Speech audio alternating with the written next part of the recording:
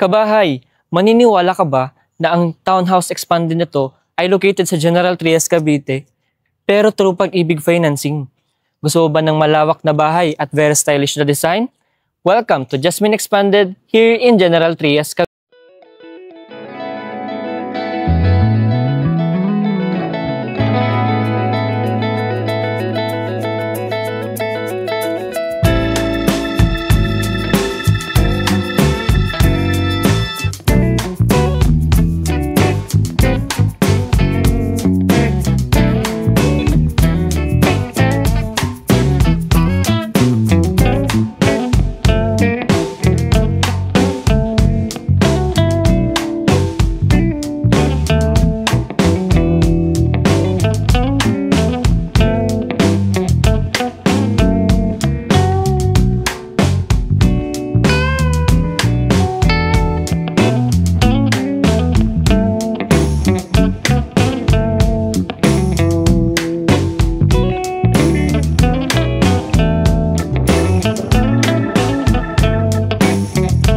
Kabahay, welcome na naman sa panibago nating house tours. So, ang i-feature natin ngayon na bahay ay si Jasmine Expanded. So, siya ay located sa Barangay Panungyanan, General Trias, Cavite. May lot area na 71.5 na square meters na lot area at may floor area na 79 square meters. So, tara, house tour tayo. Ay, before we start, I'm John Paul Expectation. We'll give you your house expectation. So, handa na ba kayo kabahay mag-house tour? Tara, house tour tayo. So dito nga pala, kung makikita natin, napakalawak ng ating frontage. Nasa 3 meters po ang ating frontage. At dito naman, kung makikita nyo, meron pa tayo ditong carport. So saan kayo nakakita ng townhouse expanded na through Pag-ibig Financing na may carport? So makikita nyo, nasa 5 meters to, kasya dito ang SUV or sedan. So di ba? Itong 3 meters naman na to is pwede nyo pa for future expansion or for garden. So, kung gusto nyo mag-garden, pwedeng-pwede po dito. Tignan nyo naman itong facade ng ating bahay. So, super modern na din siya at very stylish ang design. Yung mga bricks na feature natin is very stylish at yung color combination ng ating house is very modern na din. So, tara, pasukin natin. So, tara po, pasok po tayo. So, welcome po sa loob ng ating Jasmine Expanded. So, tignan nyo, sobrang lawak ng ating floor area. So, naka-bare finish turnover lang po tayo dito. Wala po tayong tiles. Naka-basic finish lang po ang ating flooring, ang wall, at ang ceiling naman po natin is naka-metal deck po. Dito naman po sa ating pinto po is naka-metal flush door na po ito. So, sobrang tibay po niya. So, bigyan ko po kayo ng initial na idea. So, ito po, ganito po kalawak ang ating living area. So, kung mapansin nyo, pwede tayo maglagay dito ng TV console or mga shelves. Depende po sa gusto ninyo. So, dito naman sa area na to, ang ating ang dining area and kitchen area. So, kung mapansin nyo ulit, sobrang lawak talaga. Kasi, townhouse expanded or expanded townhouse po ito. So, sobrang lawak ng ating floor area. Dito naman, may napakalapad tayong countertop. So, included na po ito upon turnover. Nakatiles na po ito at may stainless steel na po ito upon turnover. Nandito din po located ang ating modern main line. At may window na po tayo dito or sliding window with aluminum frame for proper ventilation po. So, dito naman po tayo sa ating service area. Meron din po tayo dito, napakalaking sliding window. So, kapag aksiya po talagang developer is napakalalaki ng mga window natin. So, tara po, dito po tayo. So, dito po sa ating service area is naka-metal flush door din po tayo dito. So, ito po ang ating service area. Nasa 6.5 meters po ito. So, sobrang lawak pa. Pwedeng-pwede for future expansion. Or kung pwede pa tayo dito maglagay ng another bed kung may matanda po tayo or elders na kasama sa bahay na nahihirapan ng umakyat baba sa ating hagdan. So, di ba? Iwas hassle at iwas disgrasya pa. So, pwede nyo din po itong pa-expand kung naliliitan pa kayo doon sa ating kitchen area or dining area. Pwede natin yung patibag at i-move natin dito ang ating kitchen area or dining area. So, di ba? Napakalawak pa, mga kabahay. Dito naman po tayo sa ating first toilet and bath. So dito po sa ating first toilet and bath, kung makapansin nyo, naka-tiles na po siya, naka 4 layers na po siyang tiles, at ang taas naman po is naka-plain cement lang po. So kayo na po ang magpapapintura kung ano pong gusto nyong kulay ng pintura. So ganyan naman po ang kagandahan ng bare turnover is may freedom po kayo kung anong gusto nyong tiles, kulay ng bahay. So yan po. So, naka-layered na din po ang ating dry area sa ating wet area. At naka-complete fixtures na din po tayo dito. May dual flush type po tayo ditong toilet, may lavatory with faucet, at may soap holder na po tayo dito. Naka-plastic PVC po ang ating pinto at ang ating hampa. So, alam nating matagal siyang masira. So, ang mga outlets din po natin dito sa ground floor is ready na din po siya. Ito naman po tayo sa ating second floor. So, before we proceed po, kung makikita nyo, ito po ang ating stairs. Combination po siya ng metal and concrete po.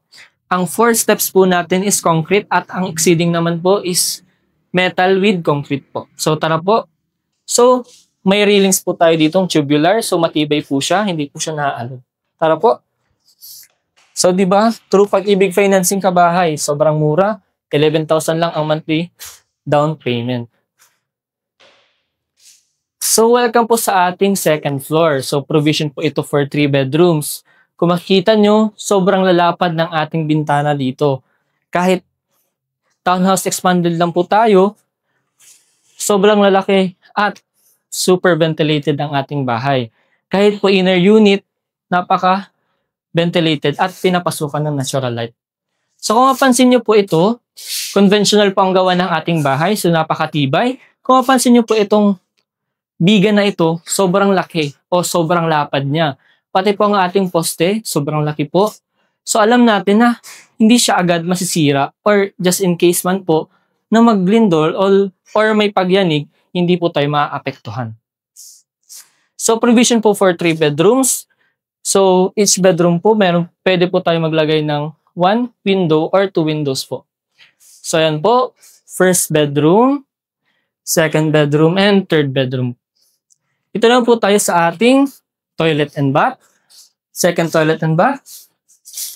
So yan kabahay, kung makita nyo, parehas lang naman siya dun sa ating ground floor na toilet and bath. Naka-tiles na ang ating middle at naka-plain cement lang po ang ating upper type ng ating toilet and bath. So complete fixtures din po, may dual flush type at may lavatory. So yan kabahay, ay nakalimutan ko palang sabihin is ready na din po yung mga outlets natin and electrical wirings. So yung kabahay, tapos na natin makita ang ating inner unit dito sa Jasmine Expanded Townhouse.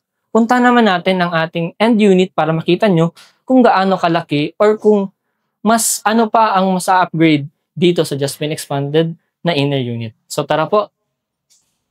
So yung kabahay, tapos na natin makita ang ating inner unit. Dito naman tayo sa ating end unit. So dito po ang lot area natin dito is 93.5 at ang floor area naman po natin is dati lang 79 square meters lot area. So dito po mas malawak po ang ating end unit. So may 2 meters po tayo ditong dagdag. At kapag corner units po tayo or end units po tayo, meron po tayong bintana dito sa ating side. So mas maliwanag po ang ating end unit or corner unit. Kasi madami na po tayong bintana dito. Tara po. So dito po, kung napansin nyo, sobrang lawak ng ating extra na space. At ang ating service area naman po, is ganun pa rin. Malapad pa rin. Pwede pa po tayo dito magpa-feature expansion po. So dito po tayo dumaan sa ating service area. Dati lang po, metal flush door po ang pintuan. So, ito po. So, parehas na parehas lang po ang ating inner unit sa ating end unit. Mas madami lang po tayo ditong bintana kasi end unit po tayo. Kung mapansin nyo, parehas lang. Napakalawak na floor area, 79 square meters. Meron din po tayo ditong malapad or malawak na countertop na naka-tiles at may stainless sink na po yung kasama. So, sliding window for proper ventilation. So, ito pong kagandahan natin kapag end unit tayo or corner unit. meron pa po tayong additional na bintana dito sa gilid. So, pares lang po ang location ng ating mainline. So, mga electrical outlets and electrical switches included na po siya upon turnover. Dito po sa ating first toilet and bath, so parehas na parehas lang po siya sa ating pinakita kanina. Naka 4 layer tiles, naka plain cement ang ating upper part. Complete fixtures, may dual flush type, and lavatory po. So, di ba, sobrang pasok na pasok po sa budget nyo kabahay. Through Pag-ibig Financing pa. Sa yung kabahay, parehas lang din po sa una kong pinakita kanina. Concrete at metal po ang combination ng stairs natin.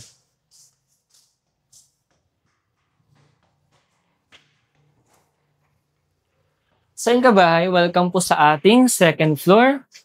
So, kanina ko pa nga po siya sinasabi. So, ito po ang kagandahan kapag end unit tayo or corner unit. Kasi tignan mo naman itong extra natin na bintana dito sa ating second floor. So, pwede na tayong maglagay ng two windows each bedroom. So, di ba? Super ventilated at maaliwalas tignan kasi sobrang daming bintana. Electrical switches and wirings, kasama na po siya upon turnover. Wala lang po tayo ditong ceiling, pero kung mapapansin nyo, napakataas ng ating ceiling.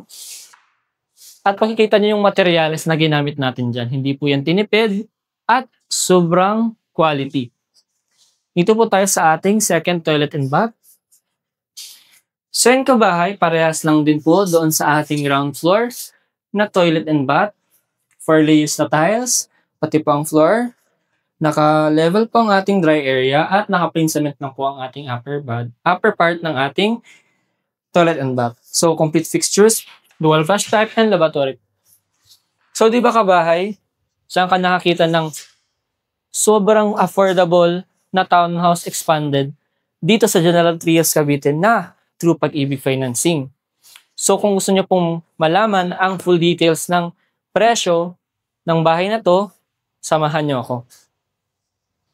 So yun kabahay, nakita na natin ang ating inner unit at end unit dito sa Jasmine Expanded Townhouse. So pag-usapan naman natin kung magkano nga ba ang Jasmine Expanded Townhouse na to.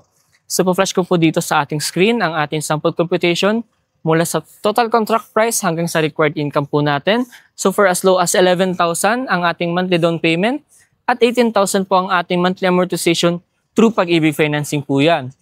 So, kung hindi po abot ng ating required income or ang income po natin, pwede po tayo dito mag-combine ng salary. So, kung may asawa po tayo nagtatrabaho or kamag-anak na nagtatrabaho, pwede po yan. So, quick recap lang po tayo dito sa ating Jasmine Expanded Townhouse. So, ang ating inner unit po is may 71 lot area at may 79 na floor area. May provision for 3 bedrooms, 2 toilet and bath at may carport na po ito. Dito naman po sa ating end unit or corner unit, may 93.5 po tayo ditong lot area at 79 po na floor area. May provision din po ito for 3 bedrooms, 2 toilet and bath at may malawak na carport po. So yun kabahay, kung interested po kayo sa property na to, i-message nyo ako sa aking number na naka-flash sa screen. O di naman kayo i-follow nyo or i-message nyo ako sa aking mga social media accounts na nasa description or na sa comment section. And once again kabahay, this is John Paul Expectation. We'll give you your house expectation. Peace out.